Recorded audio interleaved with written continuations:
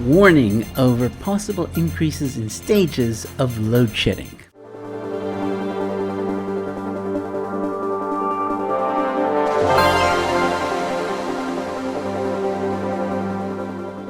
Hello ladies and gentlemen, welcome to News in 5. I'm your host Joe Emilio. Thanks for tuning in.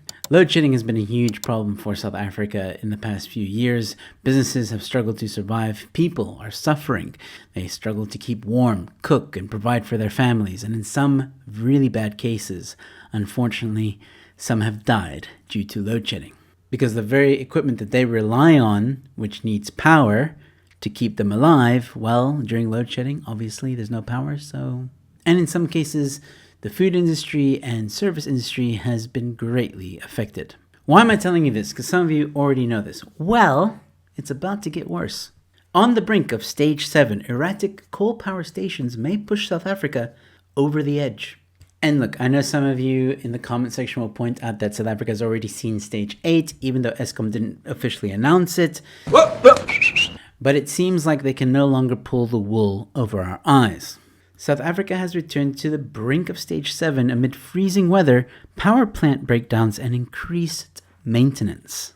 On Wednesday, as the cold front intensified, Eskom asked South Africans to cut their power use to avoid higher load shedding stages beyond Stage 6.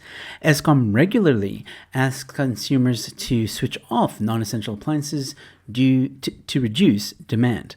But on Wednesday, the utility issued a special plea to switch off geysers especially. Experts warn that coal power stations are unpredictable and that any further breakdowns could push the country into Stage 7. Last week, the brand new Medupi plant was hit by a chain break underneath one of its boilers. The chain forms part of a system called a submerged scrapper conveyor that removes coal ash from the bottom of the boiler.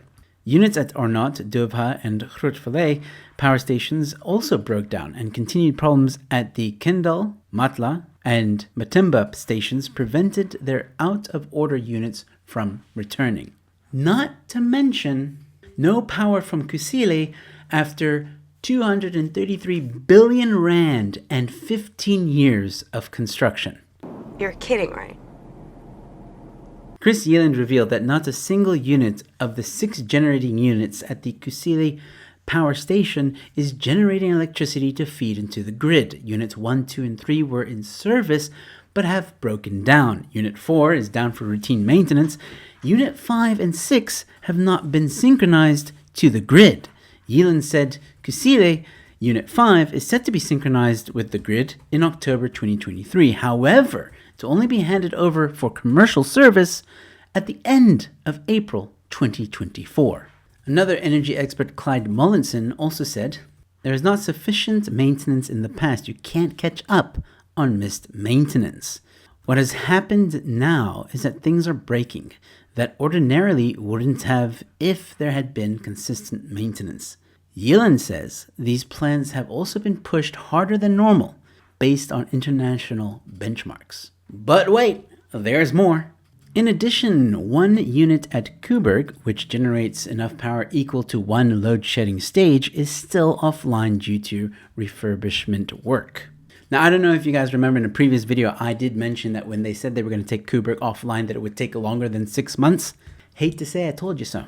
When it comes online in November, after long delays, the other unit will be taken offline. South Africa will continue to operate with only one Koeberg unit at a time well into 2025.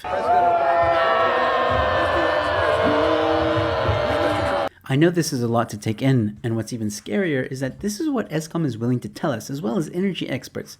This is besides all the other stuff that is happening at Eskom, like the coal theft. Listen, I make this video because I know a lot of South Africans are suffering at the moment. And while the wealthy can afford to buy generators or inverters or solar, unfortunately, the majority of South Africans don't have that luxury. And what's even more a slap in the face is that ministers get off scot-free and don't even feel the effects of load shedding. And as I mentioned earlier, people are dying. Load shedding is no longer an inconvenience, it's a killer. And we have only the ANC to blame for this. And it seems like load shedding is here to stay for a while, despite what some ANC sources might tell you. Stop believing the lies. We are on our own, South African citizens, and if you want the suffering to stop, well, you better think about voting the ANC out in 2024. But let me know your thoughts in the comment section below. Do you think there will ever be an end to load shedding if the ANC is in power? And let me know, has load shedding affected you? Have you done anything to try and curtail load shedding? Don't forget to check out the first round of my comedy special, Crossing the Borders, directed by Barry Hilton. You can watch it on this channel for free.